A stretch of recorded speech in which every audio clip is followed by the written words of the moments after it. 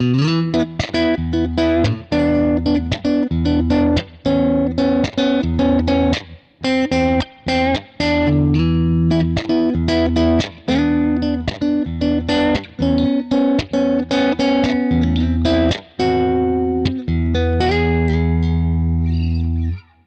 hello there. My name is HW. Hey, I'm the Sooze. Thanks so much for watching Tone Jacket TV. Like, subscribe. It really helps the YouTube algorithm.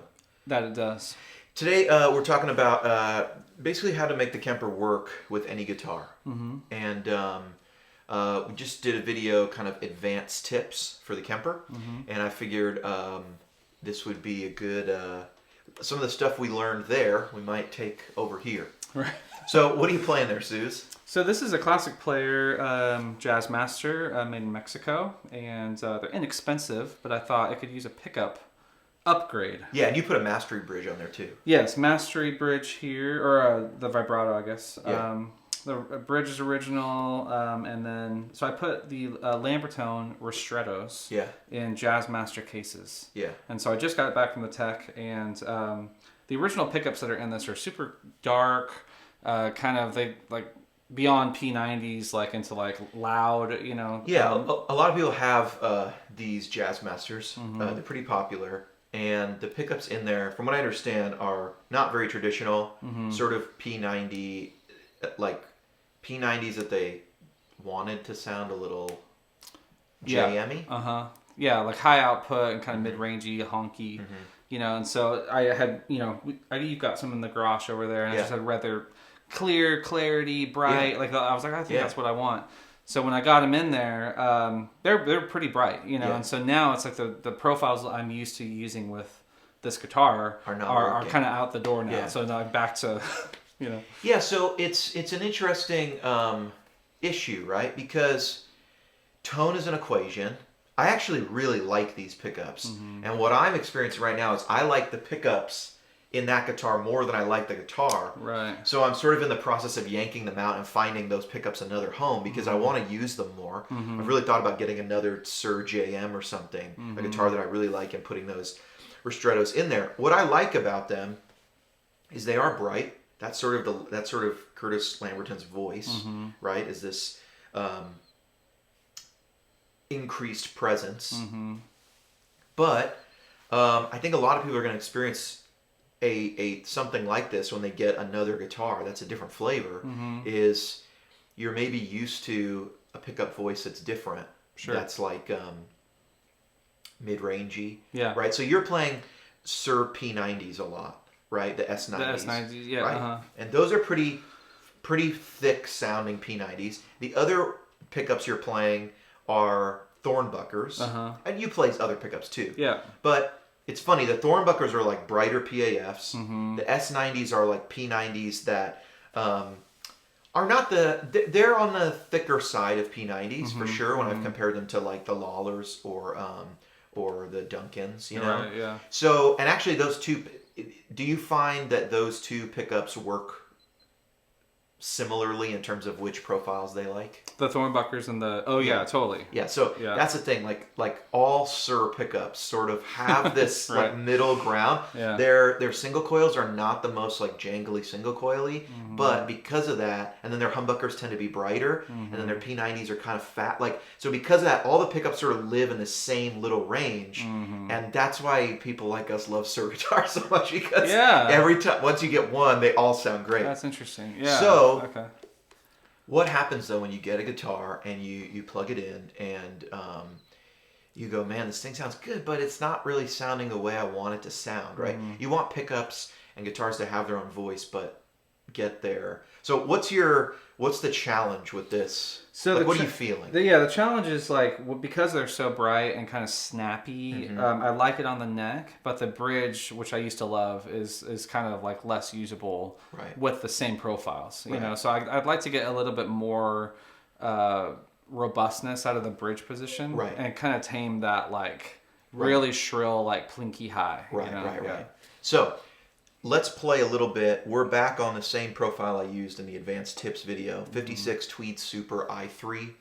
And I'm sort of developing this new theory that you really just need one profile.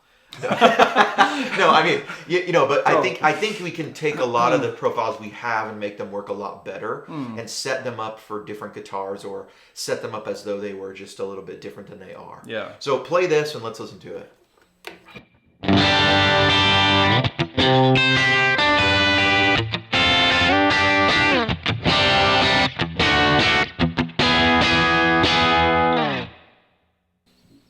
Bright.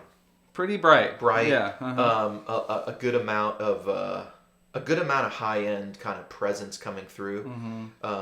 Not the thickest thing. So I actually think what we would do to fix a Strat is what we might lean towards here, right? Right. So you can have. It's an equation, right? So if we've got a lot of like brightness on one end, we've just got to like balance it with something else. Now we're on the brighter channel of this amp, so it's like presence and treble on top of presence and treble. First thing, I mean, let's just go the real basic. Let's bring down this definition and let's see where we get.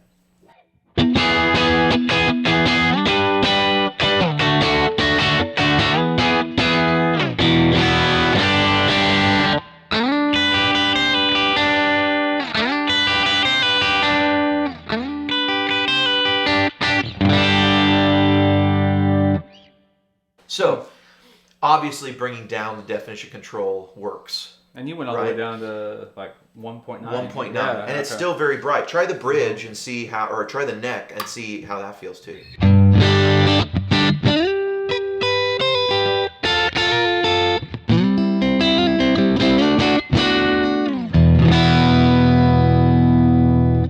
So we always say, the definition control 85% of the time gets you all the way there.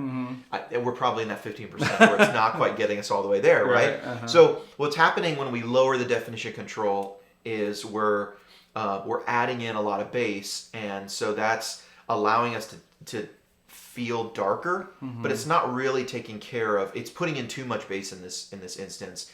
And sort of, that bellowiness because on the neck. You're tilting to the bass we only side. have so much control, right? We don't have the sort of independent control. So what I would do is, okay, let's put this back. We're definitely in the right zone here, though.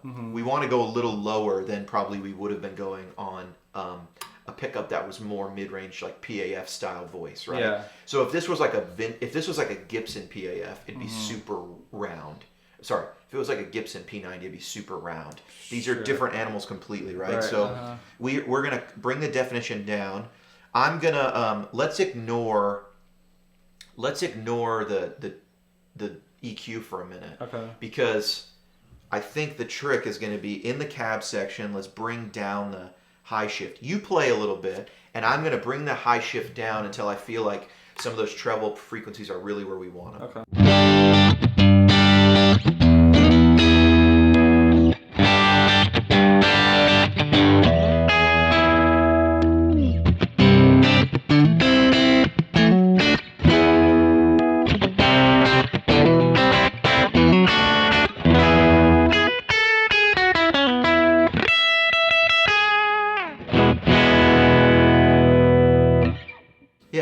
I think better.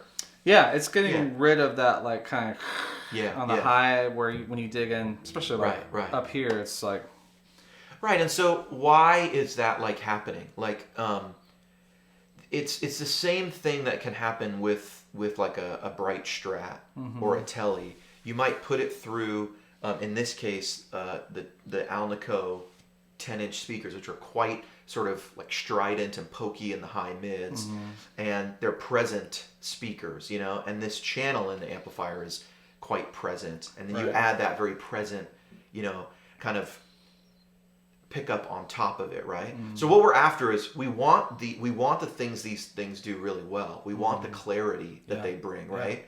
But we don't want to. But we want to take something like our sound and just tailor the EQ to get it to where those pickups can sort of shine, but not fight anything. So I'm going to bring that high shift down. I'm going to push the low shift down just slightly to like a little bit lower. And now let's try that.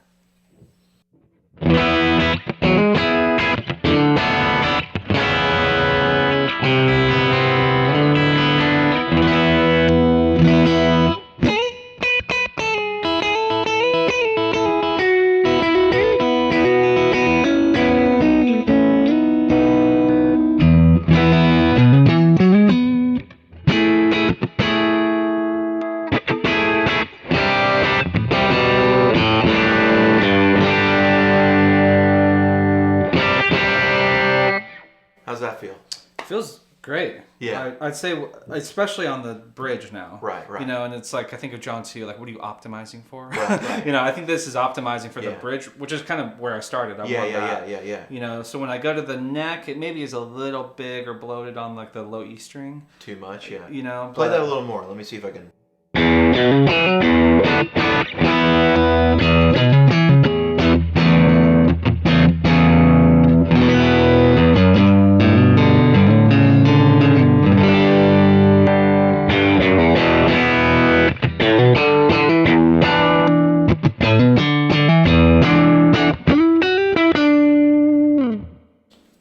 That's better. It's interesting. Mm-hmm. Now try this again. I'm actually going to increase the treble slightly. And tell me what we hear here.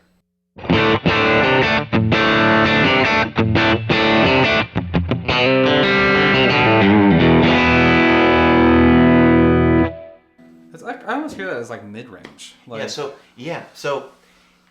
it's the difference in treble and presence, right? The problem that we were having was too much presence in all these parts of the chain, right? Okay. The Ristrettos are very present. They have part of their clarity is not like, it's not a telly bridge, which is really bright and clangy and snarly. It's a different type of thing. They sound open and they have this sort of I would say they have like extra clarity, but it's a lot of that is upper presence frequencies, right? Once we eliminate that, it's actually not these bright treble frequencies that give us the problem, right? So once we brought our presence down, and the way we're doing that is we're saying, okay, this amp is very present, these speakers are very present, these pickups are very present. So let's modify these speakers a bit to bring down the height. So we're taking the presence down.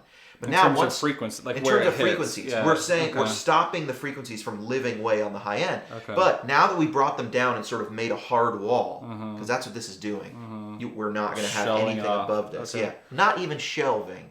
Shelving, right, comes down. We're decreasing. We're decreasing the gain of those frequencies on a particular cue. So as you shelve, you can get some of the highest frequencies to 0, but when you do that, you're getting other frequencies to half, 3/4 of what they would have been.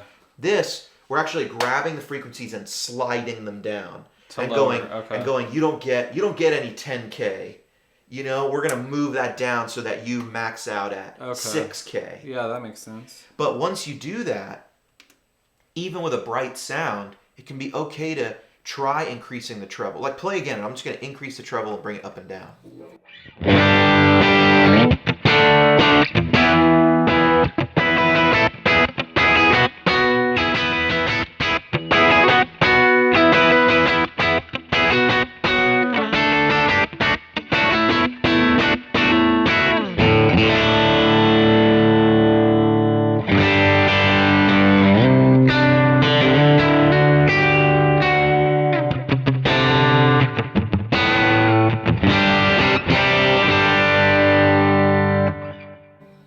Okay, so now what does the presence knob do with that new shift? Let's try it. Yeah.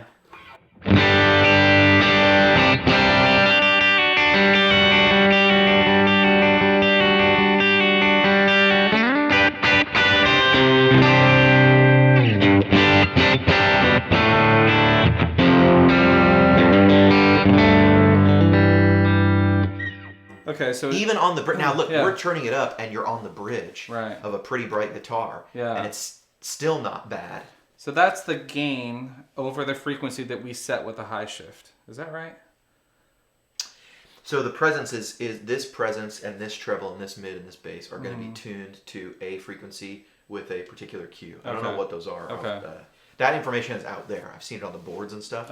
But so we are still increasing, you know, what information is there. But if with the high shift, if we took it and slid it down, if there's no frequencies at 15K, we shouldn't be able to increase any of them. Okay. Do you know what I mean? So we shifted it down to whatever it is, 10 or 9 or whatever. Sure. And this is saying how much gas on that. Okay. Yeah.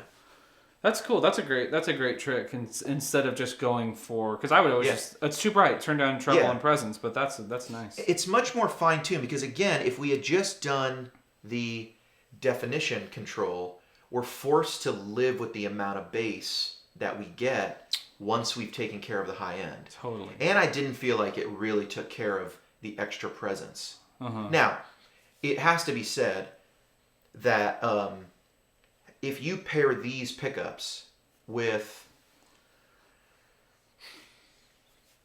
a normal channel of a Vox, you will not run into any presence problems. You might need to boost the presence because the amp will be so dark. Right. Probably if we ran this amp through any amp through greenbacks or H30s or V30s, you wouldn't have that problem. It's a combination of the bright Alnico speakers in that amp, plus it's on the instrument channel. That's already a very bright sound. Yeah. You know what I mean? Yeah. So let's see where we ended up here. So let me store this. Yeah, let me store this as it's always hard to do this upside down, isn't it? It really is. Let me store this as $. So here's our new one. We'll go back and forth. Because it's money. Because it's money. Because the tone is so money. We're going to go back to our old one. Am I pressing the wrong button? What am I doing? Here we go. Here is the original profile. And you can just play that on the bridge or something.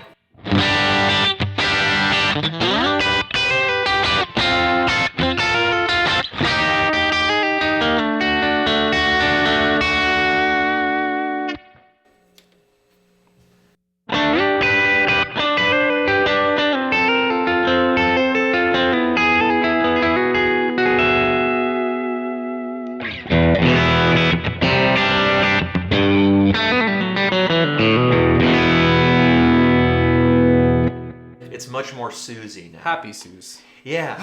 And but it still sounds great. bright. It still sounds bright. It still sounds like I would expect it to sound. Yeah.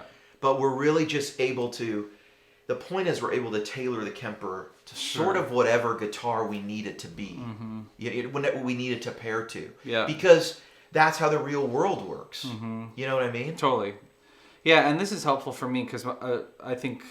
Maybe to a fault, if I don't like the sound of a profile, I'll just switch away from it.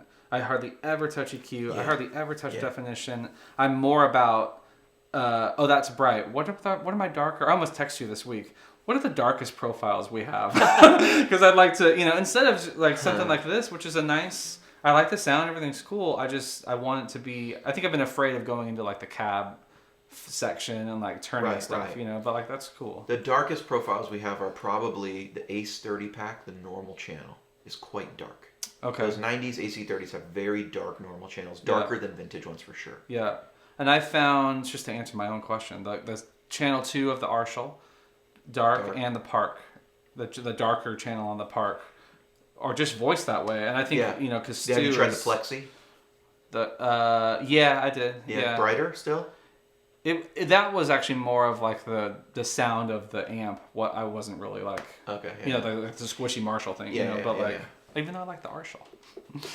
Well, the Arshall has a solid state rectifier, so there's less squish. It's like a more immediate attack. Well, there you go. No, I'm sorry. The Park has that. Oh, okay. The Arshall is just going to be like a JTM 45 over a Plexi, different output tubes. Yeah. Just the circuit's different, less gain. The Arshall's squishy, no? Yeah, I don't know. The Plexi kind of has that. I don't know. Maybe it's more like just like a rockin' like lead kind of thing, But yeah, I mean, that was my first thing when I put the Ristrettos, and I was like, they sound good. They're different than I'm used to, and so it was that trying to overcome that, But it didn't really take much. Like we're going from like much. 0 to 2 or something. Yeah, it's just sort of trying to identify what is offensive about this sound. Yeah. And how am I going to address it? Yeah. And so I really think the value in this is like when we take the definition control, it's an easy fix, and we're controlling the whole overall thing. Yeah. What we really want to do is match how much definition we want in our playing compared to how much sort of darkness or brightness, we want. Yeah. But we can't make fine-tune adjustments. And so this was a really good case of there is a problem frequency when I use this amp, and then it's like this. It begs this question: is there something wrong with the Ristrettos? No. Yeah. Is there something wrong with HW's 56 Tweed Super? No. Right. Is there something wrong with the Kemper? No. Yeah. This is the equation of gear. Sometimes the result is not what we're after. We want to change the so we change the equation. Yeah. Right? Yeah. So it's when you want to make broad, easy changes, the definition control is right there, right? To me, though, when I want to think, I look at of course, you can boost mids, you can bring treble and up and down and everything like that. But I look at it like this. When I want more treble, I increase the treble. When I want more presence, I increase the presence. But if I want less extended presence, like if I want, it's not a matter of gain, it's a matter of range. Yeah. When I want less extended high end, I'm going to use the cab shift to bring it to where I want it. Then I'm going to control the gain of that, right? I can use high and low cuts. Same thing with the bass. When I want more fullness and low end in the bass, I'm going to turn the bass up if I want a little more like girth.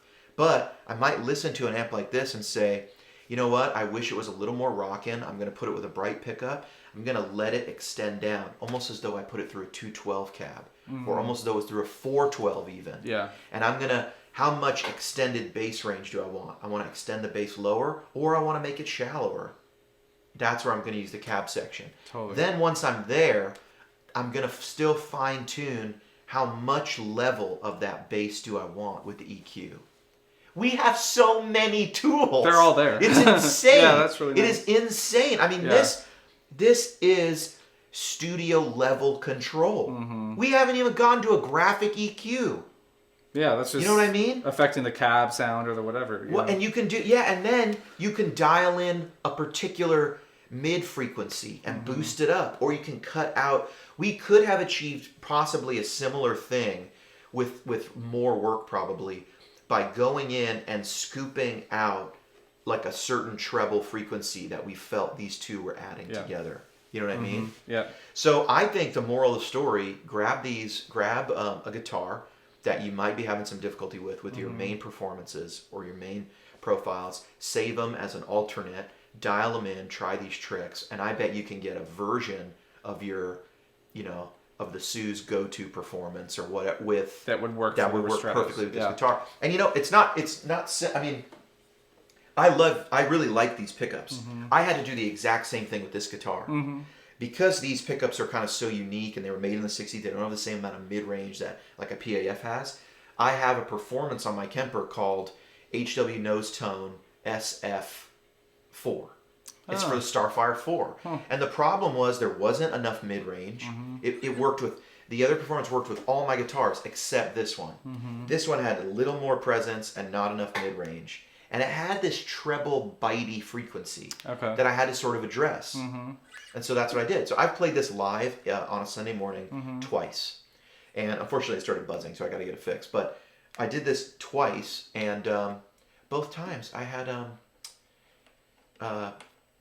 Hank Bentley, David Crowder guitar player, who's written a bunch of great songs, walks up to me in his very cool hat and goes, "Nice Starfire, man." Walked away.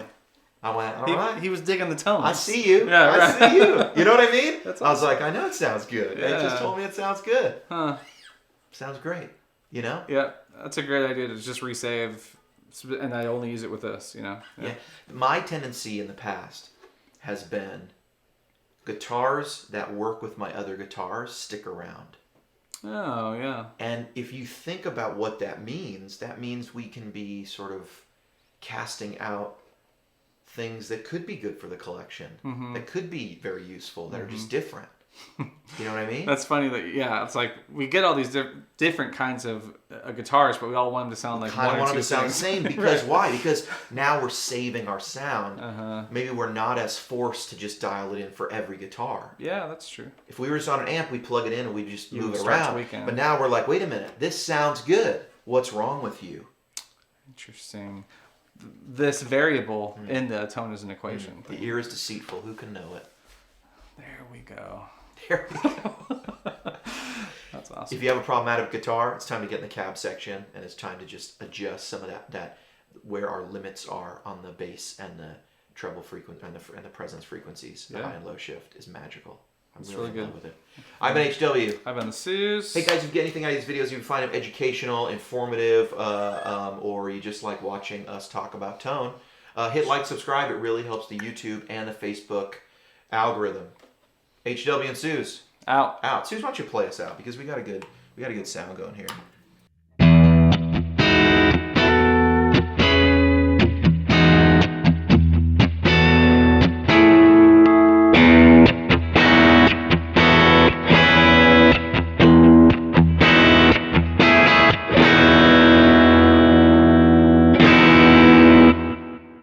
I increased the mids there, and I really liked that.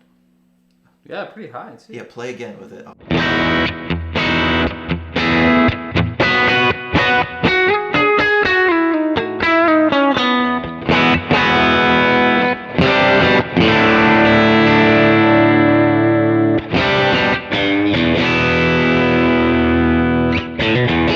Sounds good both ways. It's just rocking one way and light the other. Cool. Mids. Mids.